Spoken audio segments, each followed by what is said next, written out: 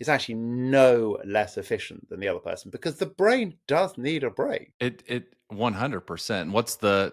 I'm going to botch this, but the story of the two guys, chopping wood, and the other guy worked, nonstop to get to his goal, where the other guy, took some time off and actually finished faster. And the other guy said, how did you beat me? I worked more hours than you and put in more time. The guy said, oh, well, while I was off, I was sharpening my saw, right? Or axe, whatever the saying is. But I mean, you're exactly right. I mean, being able to take a step back and take a break and refresh your mind, your physical ability. I mean, it has a great impact.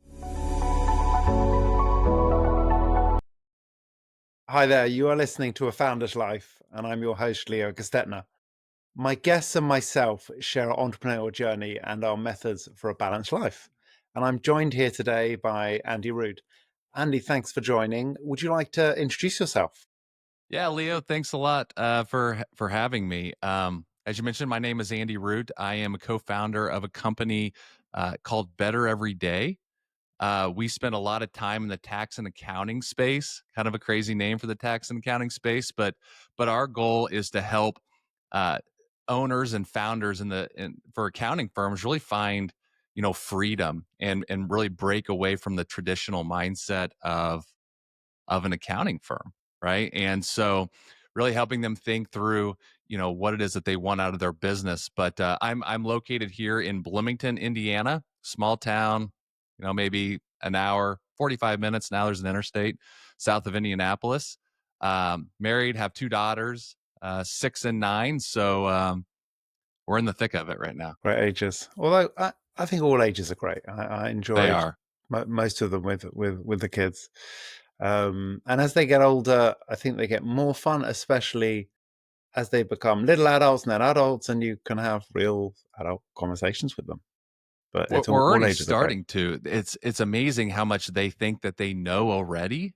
Um, maybe that's all kids, but they think they know everything, and mom and dad are wrong about everything. So I know that gets worse. Oh, I think mom and dad are always wrong about everything. That's true. That's true. Although the funny thing is, the knowledge they have now is fundamentally different to the knowledge we had Totally. as kids.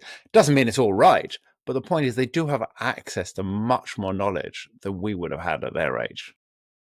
That's you're spot on, and they know how to use iPads.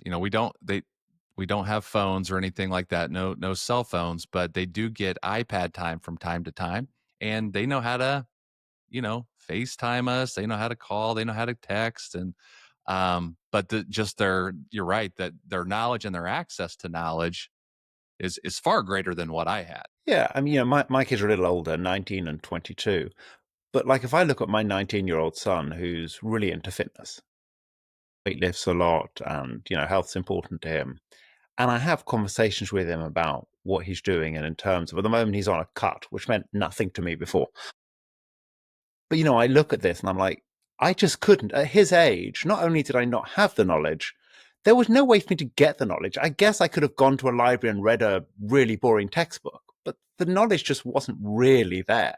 Yeah, that's right. And they're not like accessing Google or Chat GPT or anything like that. But we have home pods in the house, or they can ask Alexa or whatever, and they'll just yell it out in the kitchen, and the answer comes to them, right there. So yeah, you're right. Didn't have that. So, looking at work, so your journey, what was your journey that brought you to where you are today? And talk to us a little more about how you're really helping accountants find a better quality of life. And I love your company name. I think it's Sure. Yeah. especially for Thank the you. sector you're in. Appreciate that. It's been a labor of love. So where I came, I came out of school. I actually spent 4 years in the United States Air Force. Did that for a little bit. My grandpa had an accounting firm for I don't know 35 years, doing things very kind of old school. And then my dad, his name is Darren Root. He took over the firm probably in the early or late 80s probably.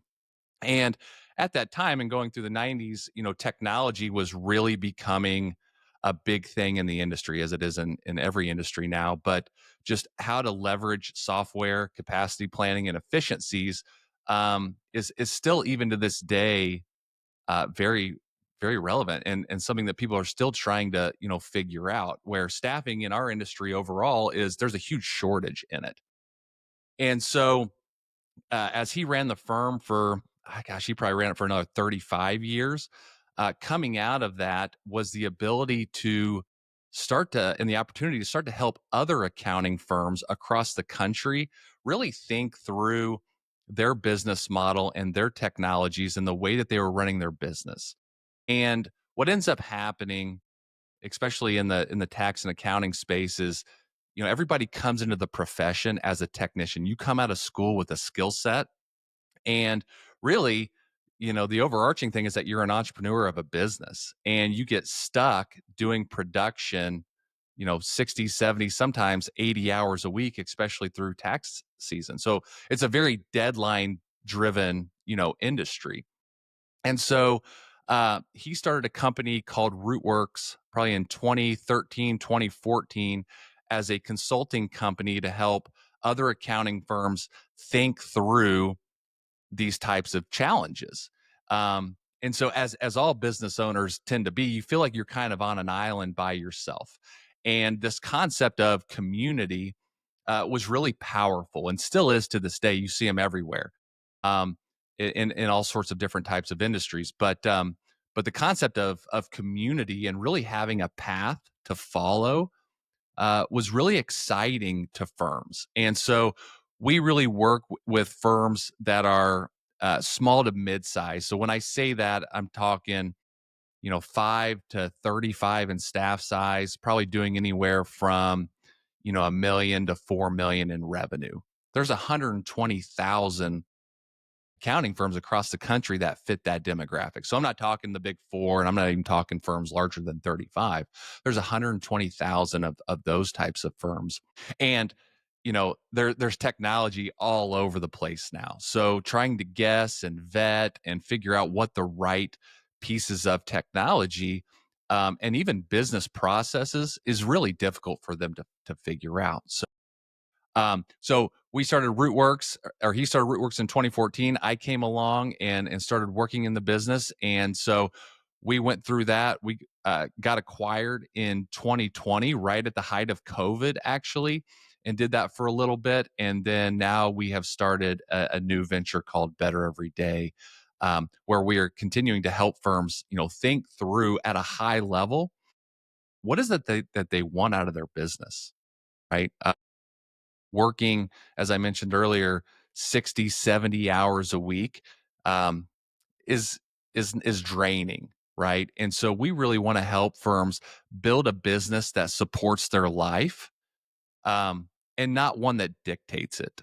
So so really at the end of the day, I tell people all the time, I grew up in the tax and accounting space.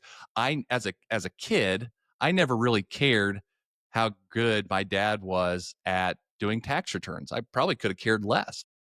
Um, but did I care that he was at I was big into sports. I played basketball through college, but so was I excited for him to be at my games? I have a brother and a sister. And through tax season, that was always really difficult because of the long hours. So if we can really help business owners, mainly in the tax and accounting space, build a business that supports their life, there's a lot of other more important things out there than being really good at bookkeeping or tax returns. That's just a vessel to getting there. So does that make sense? It does, and I think makes complete sense, and it's great to see a sector that I think is definitely one of those ones that people work ridiculously long hours. Yeah, Um, totally. but and often I never know how necessary it is. I think especially with accountants, those dates, that there are 4 or 5 dates a year that the person on the bit, everything's around those dates rather than I think being more prepared and finding a way to do that year round. Right. The other thing that there is a slightly strange thing in America, I find it strange being not American, which is Americans believe in having 10 days off a year and actually Right. not taking it. They proudly don't take their 10 days a year. I mean, in Europe, The legal minimum is 20 days. And actually, as an employer, you actually have to make your employee take that. Actually, legally, they're not allowed to carry it forward or get paid out. So they've got to take at least 20 days. Actually, there are probably in Europe, depending on which country you're in, most people have more than 20 days because that's the legal minimum. There's also more public holidays, and people take the public holidays. Again, when I moved to America 15 odd years ago, it took me a while to get used to the fact that public holidays actually don't mean businesses are closed. They just mean public employees and banks are closed. Actually, probably for half the public holidays in America, actually are still operating absolutely normally. Right. Yeah, I mean, especially in our industry, it's a badge of honor. I mean, I think just in the country overall, it's a badge of honor to say, "Yeah, I put in 80 hours a week this week." And it's like, what are we doing? Um, it's as I mentioned earlier, my grandpa ran the firm, and if you worked less than 40 hours a week, or sorry, if you worked, just 40 hours a week, he would call you a part timer.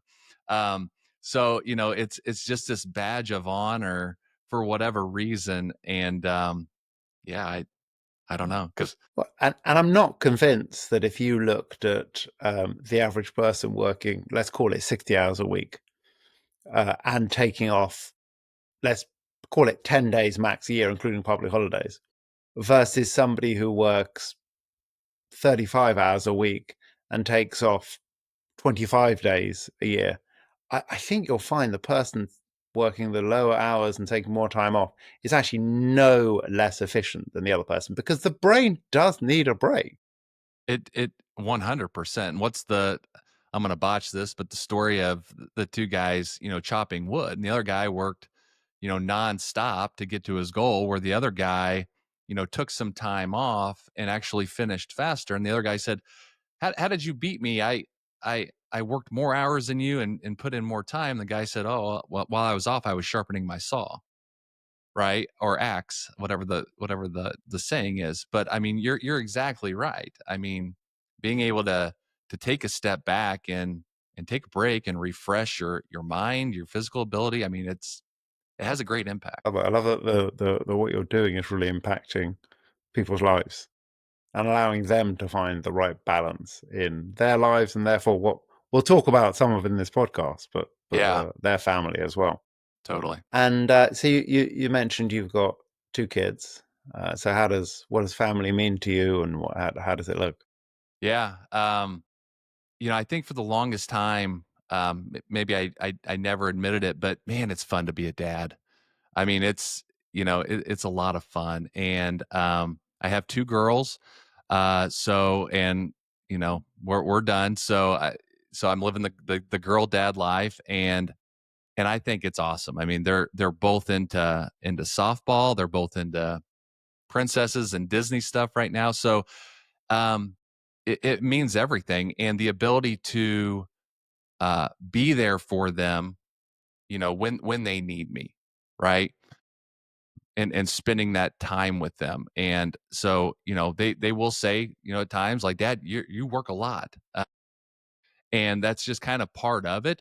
But to your point, I think that there's this concept of work life balance, but I mean, I have a love-hate relationship with that terminology. Because to your point, it's, "Oh, I work these many days a year and then I take 2 weeks off." I think now, especially in a post-COVID world, there's this work-life integration that people are starting to wrap their heads around, or think about a little bit, to where they can balance both, and it's not always uh, this time is work and this time is off. But it's thinking about, how can I integrate the two? So if I'm working, if I have to work late, but I'm meeting my family for dinner, how can I be fully present at dinner? Right? How can I be there to have those conversations, listen to what they're saying, where a lot of times, and I'm guilty of it just as much as anybody, but I could be sitting there and my 9-year-old telling me a story, but I'm thinking about a work related problem, right? Or a meeting or a conference that I got to attend or something like that. Um, so yeah, I think that, having that balance between the two, um, is detrimental. Yeah, and I think the kids knowing that you work hard is not a bad thing because we do have to work hard.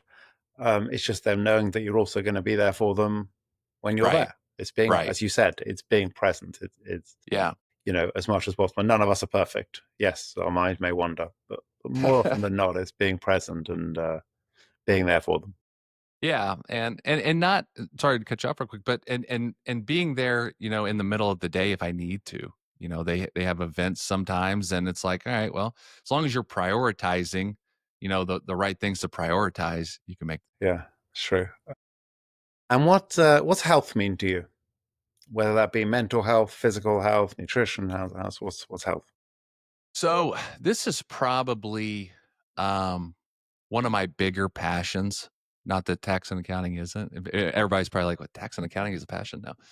No. Growing up, I was an athlete. I played sports, and then uh, for a little while there, I kind of let things go. Um, I wasn't paying a whole lot of attention. We were newly married. Trying to grind, trying to figure some things out, and before you know it, that falling off the train, falls off. You can fall off a lot. Um, and something kind of clicked in me probably, I don't know, 10 years ago, I would say, to where I got really obsessed with health and fitness and still am to this day. I'm incredibly obsessed with data. So whether that's getting my blood work done, getting steps in, exercising, all that, tracking that information. But I would say that during that process, getting educated on what things meant, because growing up, those weren't things that we didn't have social media. We didn't have all these influencers talking about supplements and diets. You had like your fad diets and things like that. But to your point earlier about our kids, we now have access to incredible amounts of information and education everywhere. So I became really knowledgeable in the whole foods and what they were really doing to my body and also, to my family as well. And so, um, going through that, I probably went through a journey where I lost 40 pounds. Um, and so even to this day, like I tell everybody, I don't really work out for the physical look. I have to do it for mental clarity. I mean, it's almost a non-negotiable, in my routine, that if I don't do that, sometimes my wife will be like, "Hey, you're kind of irritable today. Did you work out or did you?" And I'd say, "No, I didn't." She's like, "Well, why don't you go take 30 minutes and then we can come back and have this conversation or something."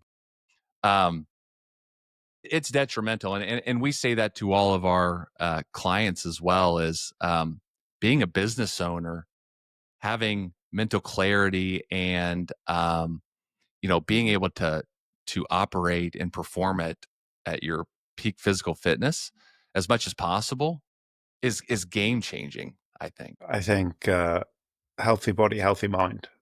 So I think I meditate every day. I have for just over 10 years now, and it's not always a long meditation. It's not sitting cross-legged somewhere, but yeah, sometimes it's How 20 did minutes, you and other times it's a minute. how long have you been meditating for? I started 10 years ago, almost exactly Okay. 10 years ago. Yeah. And I started for years. I did Headspace. I love that guided meditation. I think actually it's a great way, and I often still use those examples both in meditation and, to be honest, his examples around distraction things work well for life. Whether you're with your kids, whether your mind wanders for a moment, okay, but do you come back to what they're saying? It's the same idea. It's the same idea with that meditation of if you try and focus 100%, it doesn't actually work. Yes, there'll be distractions. It's I think his examples he gives are, the cars driving past or the clouds in the sky. Yes, you acknowledge it and let it move on. That's fine. It's I think meditation is powerful in everyday life. Yeah. I also breathing is something I've done quite a lot of work in as well. So, like taking 3 deep breaths to really calm the nervous system can be really powerful as well. Do you meditate regularly? Yeah, I wish I was that's why I asked. I wish I was better at it than I am. Um, and same, I started out using Headspace. I've used the Calm app, a few times. Um, and but you're right, it's so powerful to get into a state of trying to block out all the racing thoughts and to-dos and tasks that you have to do and kind of bring yourself back to, back to center. So it's something I still work on to this day. Yeah, I'd say the only thing I'd say is it's not trying to block them out. It's being able to ignore them or be present with them still in the back there. With them there, right? Somebody recommended to me recently something I'm tempted to buy. It was one of these, it's a meditation, it's a headband, and again, data. I wear an Aura, Sure. but Yeah, it's got that's like same. all this data it gives, and it also helps with meditation and things like that. And it's something that sounded quite interesting. It's been around for a while. I think they're on the second or third generation. But Okay. that's one thing I'm tempted to try. Yeah,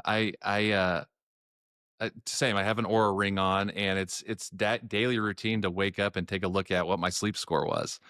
Um, and if it's bad, I can feel it, and if it's good, I can feel it. Um, but I've started to I get obsessed with the data. I get obsessed with the active devices and health devices. Yeah, they all become a little addictive. Generally, I like to think for the better, but you know, Right, right, does Aura really tell me whether I had a good or a bad sleep, or should I right. actually know whether I had a good or a Good bad bad sleep? sleep. Right. Yeah. I would say if anything, it keeps me accountable to my routine for what I right? Like I've spent the money on it. And so whether it's completely accurate or not, it at least keeps it at the forefront of my thoughts. Like this is a priority. I know I feel better when I do these things. So Yeah, I think, and to be honest, that's all that's important. Do you feel better about it? right. That's right. And we all feel better when we get the crown in Aura. I don't get it often enough on sleep, but I do feel good. I agree. I'm like, oh, that's great. But you're right. I don't get it as much as I wish. And so, what do you like to do for fun? So I love working out, whether it's running or lifting weights or whatever. I like being active. When it's nice out, now it's spring's here and now we're going into summer. If I'm not sitting at my computer, I really like being outside. I really like doing yard work, and all my friends are like, "I can't believe you love doing yard work," but I just like being outside and being active as much as possible. In my, I just turned 39 on the 6th, so about a week ago. So, playing basketball is I'm starting to see the end of that, or at least mentally. Like, so I like to get out and play a lot of golf. That's really fun for me to do as much as I possibly can. It's tough with two kids. But if I can get out and play, I love being outside, and I'm also very involved in my kids' lives. Like right now, I'm coaching softball. They're both on the same team, and so that's more fun than I think anything at the moment is being able to coach that team and kind of be there for them. So yeah, so Sounds like a nice balance. And can you stop working? Are you good at switching off? Really continuing the conversation we've been having for the last few minutes, but can you switch off and focus on other things?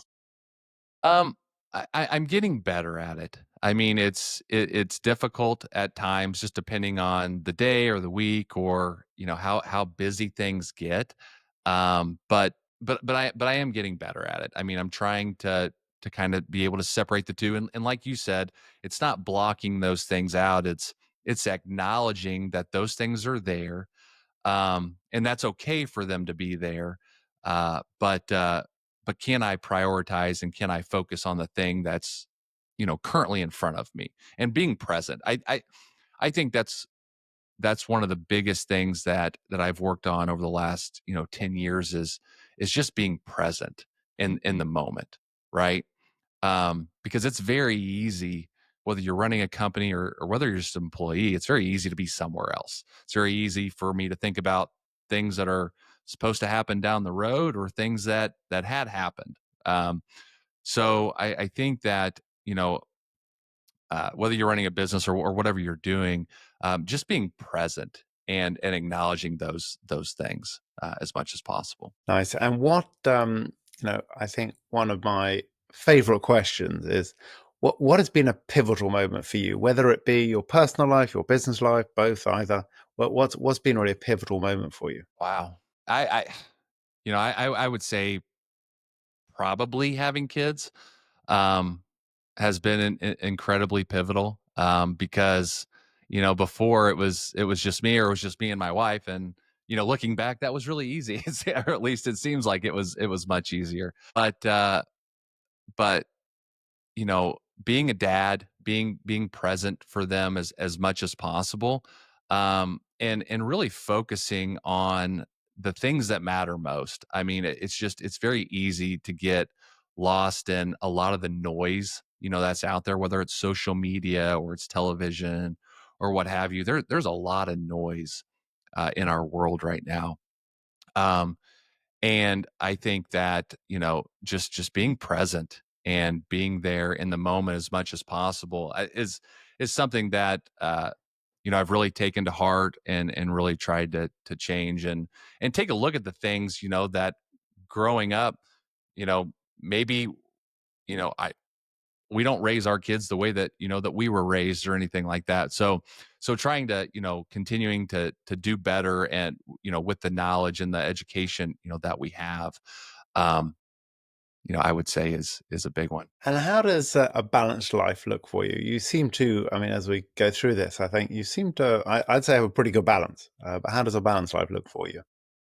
Yeah, I think it comes and goes. I think I'm either really on track and doing really well, or I have some moments where it's like, all right, I need to recenter myself. But um, I think that being as proactive, I think a lot of times we tend to let life happen and we get into a mode of reactiveness, whether that's in your personal life or whether that's in your business life. Um, I read a book a number of years ago, and I'm going to botch it if I can uh, look it up. And one, have you read Inner Excellence yet at all?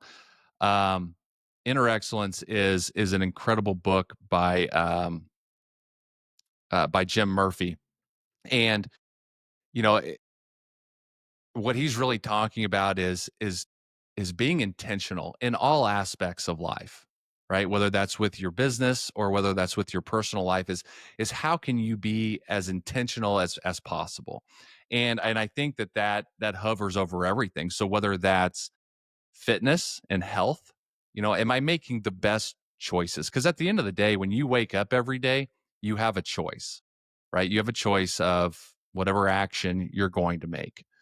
Um, and and having an open mind. Um, letting a thought or comment come in and not reacting to it immediately, where I think that sometimes we tend to either say no or yes immediately, instead of letting that thought or that comment just kind of sit for a little bit. um but I think that one of the important things with having a balanced life is just trying to be intentional. How do I want to structure my days? What does an ideal day look like for Andy? Right? What does an ideal day look like for Leo? Have we started to really step back and evaluate what that looks like for us on an individual level? I know I want to eat healthy. I know I want to take time and work out every day. I know I want to set certain times for meetings, but I also want to set certain times to be able to think and get some work done too. So I think that just this thought of and we try to talk to our clients about this as much as possible who are running businesses, is what do you want that ideal day to look like? And that could be different for everybody, right? But what's important to you, um, so that when you lay down at night, it was a successful day. And I think that where the anxiety gets built up is when we let those things kind of slip away and they start to become chaotic, on a daily basis. So I think it's being very intentional. the word no is very powerful, at times. Mm. So it's taking an audit of, of your life and of your days and saying, what do I want this to look like? What do I want this to look like in 5 years? What do I want this to look like in a week? Mm.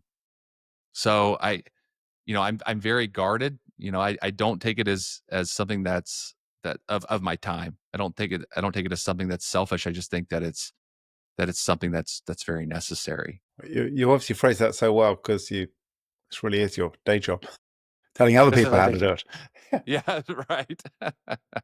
So, what is one piece of advice that you could give to an aspiring entrepreneur? I it it can certainly feel lonely at times. You do feel like you're kind of on an island by yourself trying to figure things out. And I think that, you know, surrounding yourself with like-minded people, God, it has such a huge impact, I think, on your mental fitness, on your mental clarity. Um, Really trying to find people who have maybe gone down the journey that you've gone down, but finding a community of like-minded people, whether that's locally or that's online or whatever that is, for you to be able to bounce ideas off and get good advice, I think has been really helpful. It's been really helpful for me. It's been really helpful for my business partners and also for clients that we work with. But um, I think one of these things that I've been really obsessed with, and I heard it probably on a TikTok somewhere. I did not make this up or anything like this. It was a podcast I was listening to actually, and the guy said the magic that you're looking for is in the work that you're avoiding. And I think that really just kind of hit me between the eyes, right? And whether that's family life, whether that's health and fitness life, or whether that's in your business, change is hard, I think, and change is sometimes really hard for an entrepreneur. Um, but taking a look at those things, what are you avoiding? Um, that could really make a big difference in all aspects of life. So that is a great quote. So I did not come up with it. What are you avoiding? That is a nice one. And how can people find you? Sure. So we have a website. It's bettereveryday.com. Or I'm always on LinkedIn, but yeah, we have a website out there, kind of explains, what we do. Again, we're in the tax and accounting space, but we're trying to help entrepreneurs just think bigger than the day to day. The day to day is certainly important, but um, taking a step back and saying, what vision do I, if you're starting a business or if you're in the middle of running a business, how much time have you spent thinking about the vision that you want for the business? It's just so easy to get caught up in the day to day. And we think that's just incredibly important. And